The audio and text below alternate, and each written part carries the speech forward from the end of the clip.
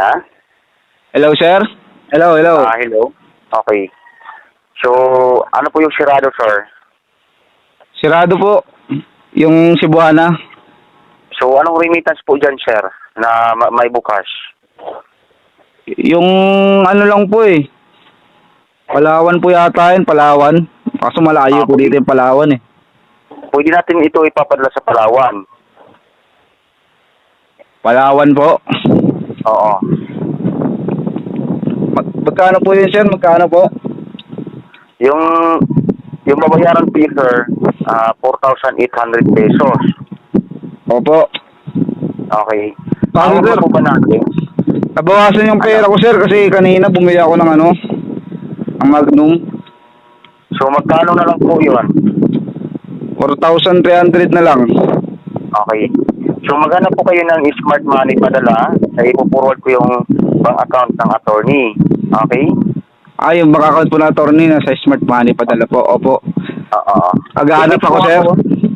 Okay, text pa ako kapag andyan ka na sa labas sa smart money padala, ha?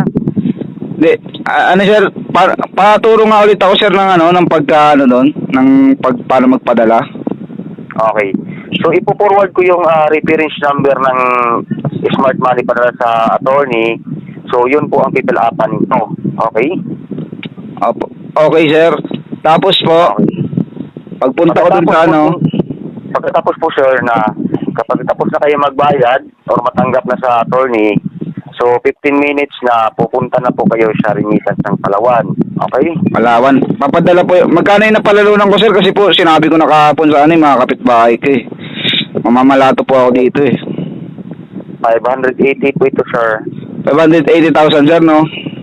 Mm. Mamamalato kasi ako sa kanila sir. Nagsabi na ako kahapon kaso hindi natuloy kasi sarado na yung ano eh. Cebuana. Sarado yung Cebuana kanina. So, sa Palawan lang namin ito ipapadala, ha? Sige sir. Ano sir? Cash ba yan sir? Cash o naka-cheque? Cash na po yung matanggap po niyo, sir. Cash na yung matanggap. Sakto kasi ano na rin ako sa ano eh. Sa motor trade. Kuha ba ako ng motor? NMAX. Okay. So, maghanap po kayo ng smart money padala, ha? Kahit 4-3 lang sir. 4-3 papadala ko pwede. Kaya, Wala lang bawas yun sir kahit 4,000 kasi yung 300 pambibili ko sana ng ano eh. Ventilator. Okay. So, ganito, sir, napunta na po kayo sa smart money padala, ha? Magkano na lang papadala ko sa iyo sir? So, 4,000 po, ha? Okay? 4,000 na lang sir. Sige po sir. Ano pa pong wala pong pipirmahan dun sir? Baka hanapan ako dun ng ano sir? Ng NBI clearance. Wala na po, sir. Yung valid ID na lamang po ninyo sa pag-claim. Sige po. Kasi nagtanong din ako sa ano eh. Sabi ng kaibigan ko na police, baka hanapan daw ako ng NBI clearance kasi police yung kaibigan ko eh. Ano, ha? Baka po hanapan daw ako ng NBI clearance dun sabi ng police ko na kaibigan. So, hindi na po kayo hanapan, sir. Yung valid ID na lang, ha? Sa inyo po sir, mahanapan kaya kayo sir, NBI sir? Ano? Hindi po ba hanapin yung ano nyo, yung sa office niyo po, tsaka yung sa inyong pangalan pagka, di ba kayo magpapadala? Ano, sir? Di ba po kayo magpapadala ng pera? Opo, may kita ko po yung pangalan niyo dun sir, yung anong pangalan niyo sir, nakalimutan ko kasi. Anong pangalan ko? Opo, yung pangalan mo para po masabi ko dun yung ikaw nagpadala ng pera. Tatanungin kasi dun sir kung nung kamag-anak ko, di ba? Yung nagpadala. Sige. Oo. Anong pangalan niyo ulit sir?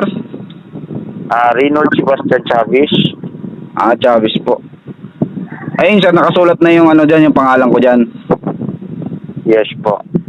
Michael Pangilinan sir, no? Sige po. Maghahanap muna ako ng ano sir ha. Kasi Sige. wala kang ano eh. Puro bahay lang dito eh. Malayo pa kasi yung Palawan eh. Kasakay pa ng ano eh. So, smart padala muna yung hanapin po niyo, sir. Okay? Opo. Smart padala na lang sir, hindi na sa Palawan. Saan ko kukunin yung pera sir? Sa smart padala sa remittance sa Palawan, sir, ang winning price po ninyo. Pero ang papadala ninyo, smart money padala.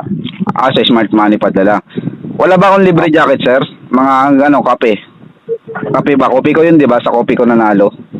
Yes po. May produkto kami sir na ibigay sa inyo kapag masiyay ka na namin sa mga after 1 month. Hindi naman ako tatanungin doon kung ano iniinom ko na kape, no? Kasi Nescafe ako, iniinom ko Nescafe kasi. Sige na sir. Huwag na tayo na magdaldal pa kasi mahapon na. Okay? Oo sir, sige sir, para makabili na ako ng NMAX sir. Bili kasi ako eh.